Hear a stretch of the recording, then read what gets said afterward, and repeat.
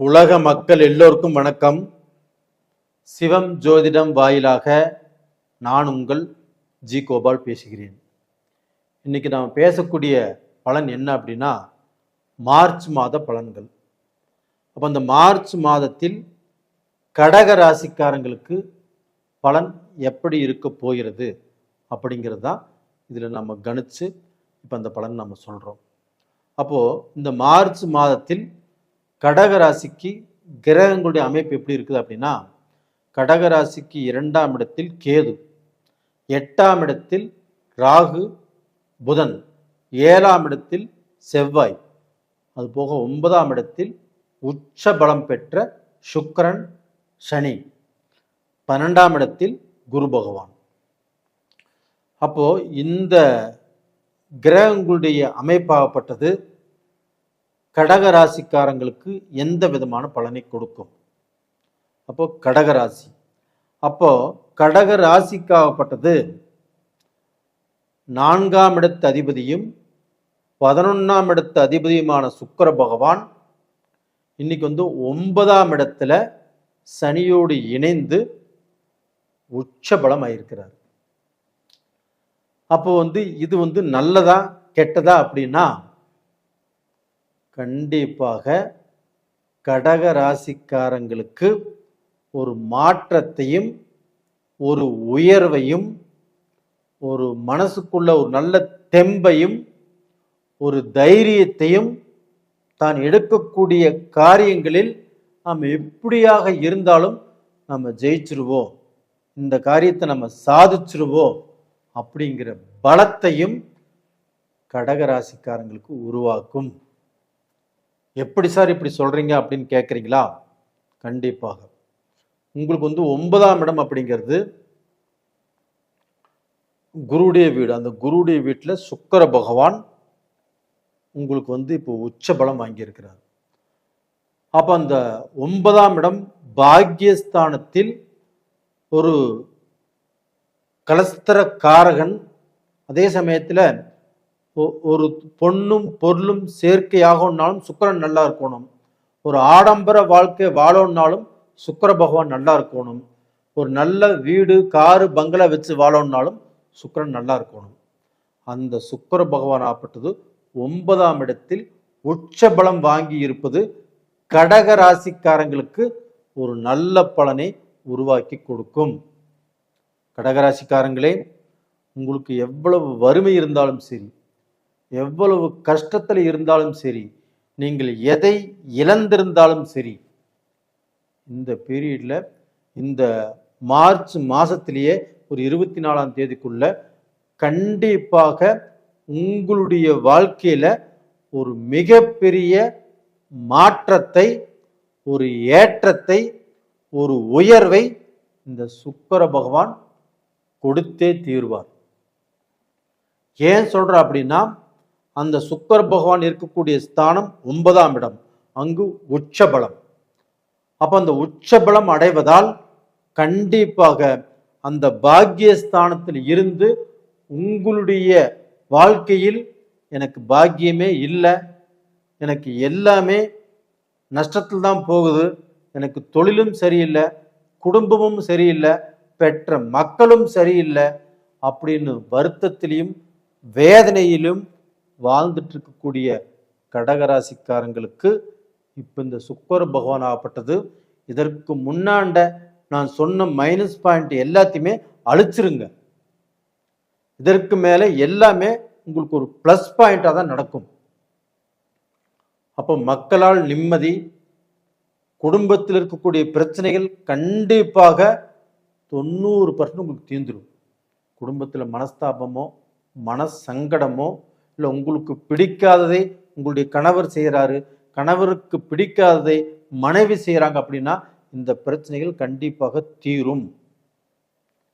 அது போக பார்த்தீங்கன்னா உங்களுடைய எதிர்காலத்துக்கு நீங்கள் ஏதாவது பிளான் பண்ணினாலும் ஏதாவது முயற்சி பண்ணினாலும் கண்டிப்பாக இந்த பீரியடில் பண்ணுங்க. அப்போ இந்த பீரியடில் பண்ணுறீங்க அப்படின்னா உங்களுடைய மக்களுக்கும் உங்களுக்கும் அது நல்ல ஐஸ்வர்யத்தையும் ஒரு நல்ல சந்தோஷத்தையும் கண்டிப்பாக உருவாக்கும். அப்போ வந்து உங்களுக்கு வந்து 4ஆம் இடத்து அதிபதி சுக்கிர பகவான். அப்போ அந்த 4ஆம் இடம் என்பது என்ன? ஒரு வண்டி வாகனம் சம்பந்தப்பட்டது, அதுபோக சொத்து சம்பந்தப்பட்டது. அப்போ அந்த சொத்து அப்படிங்கிறது பூமி, வீடு, ஏதாவது சொத்து வாங்கி போடலாம். இது மாதிரி விஷயங்கள் கண்டிப்பாக நீங்கள் செய்கிறீங்கன்னா இந்த பீரியடில் தாராளமாக செய்யலாம்.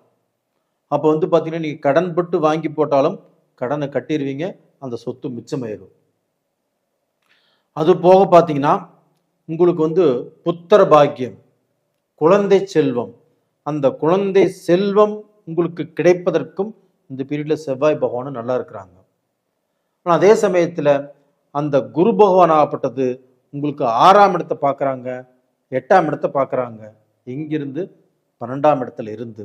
அப்போ வந்து இந்த கடக ராசிக்காரங்களுக்கு திடீர் அதிர்ஷ்டம், ஒரு ஒரு ராஜ யோகத்தை கண்டிப்பாக அந்த குரு பகவானும் கொடுக்க போறார். அப்போ இதனால வந்து பார்த்தீங்கன்னா கடக ராசிக்காரர்களுடைய வாழ்க்கை நிலை மாறும். உங்களுக்கு வந்து பார்த்தீங்கன்னா வாழ்க்கையில் கஷ்டப்பட்டு உழைச்சி எதுவுமே கிடைக்கலன்னு நினைக்கக்கூடிய உங்களுக்கு இந்த பீரியடில் உங்களுடைய மனமாற்றம், உங்களுடைய வாழ்க்கை மாற்றம், உங்களுடைய தகுதி, உங்களுடைய தரம், உங்களுடைய அந்தஸ்து எல்லாமே மாறுவதற்கு திருப்தியாக இருக்கிறது.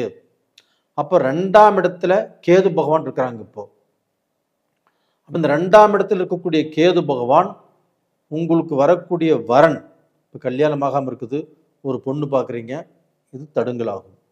அதே சமயத்தில் ஒரு மாப்பிள்ளை பார்க்குறீங்க, இது தடுங்கலாகும். அதே சமயத்தில் வந்து உங்களுக்கு 7ஆம் இடத்துல இருக்கக்கூடிய 8ஆம் இடத்துல இருக்கக்கூடிய அந்த ராகு பகவானும் உங்களுக்கு வந்து திருமண தடைகளை பண்ணுவார். ஆனால் அந்த ராகு பகவானை குரு பார்த்ததுனால ராகுவால் வரக்கூடிய தோஷங்கள் கண்டிப்பாக உங்களை ஒன்றும் செய்யாது. ஆனால் அந்த கேதுவால் வந்து பார்த்தீங்கன்னா இப்போ பொண்ணு பார்க்கறதுலையோ இல்லை மாப்பிள்ளை பார்க்கறதுலையோ கொஞ்சம் நிதானம் தேவை. அதுபோக உங்களுடைய குடும்பத்திலையும் கொஞ்சம் குழப்பங்கள், கொஞ்சம் மன நிறைவு அப்படிங்கிறது கம்மியாகும்.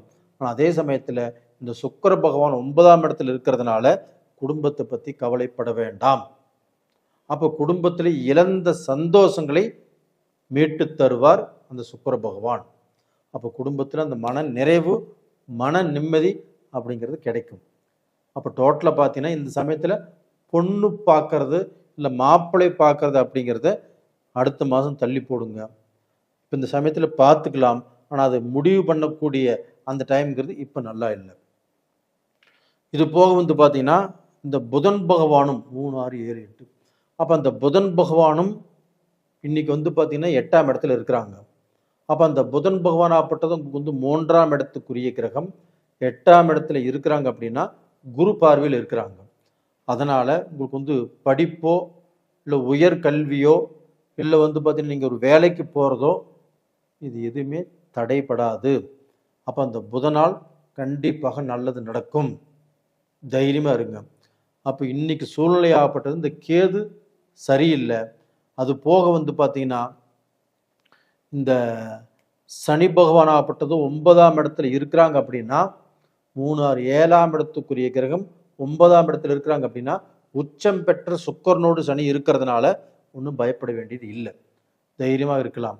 அப்போ இந்த பீரியடில் வந்து நீங்கள் வணங்க வேண்டிய தெய்வம் எது அப்படின்னா கீழ்பெரும்பள்ளம் இந்த கேது பகவான் கோயிலுக்கு போயிட்டு வாங்க. அப்படி இல்லைன்னா விநாயக பகவானை கெட்டியாக பிடிச்சிக்கோங்க. கண்டிப்பாக உங்களுக்கு கஷ்டங்கள் எல்லாமே பரிகாரமாகும். அப்போ அந்த விநாயகருக்கு ஒரு சொம்பு தண்ணி ஊற்றி அருகம்புல்லை வச்சு திங்கட்கிழமை நாளில் கும்பிட்டு வாங்க. கண்டிப்பாக உங்களுக்கு எல்லா விதமான கஷ்டங்களும் பரிகாரமாகும். நேயர்களே, உங்களிடமிருந்து விடைபெறுவது உங்களின் ஜி கோபால். நன்றி, வணக்கம்.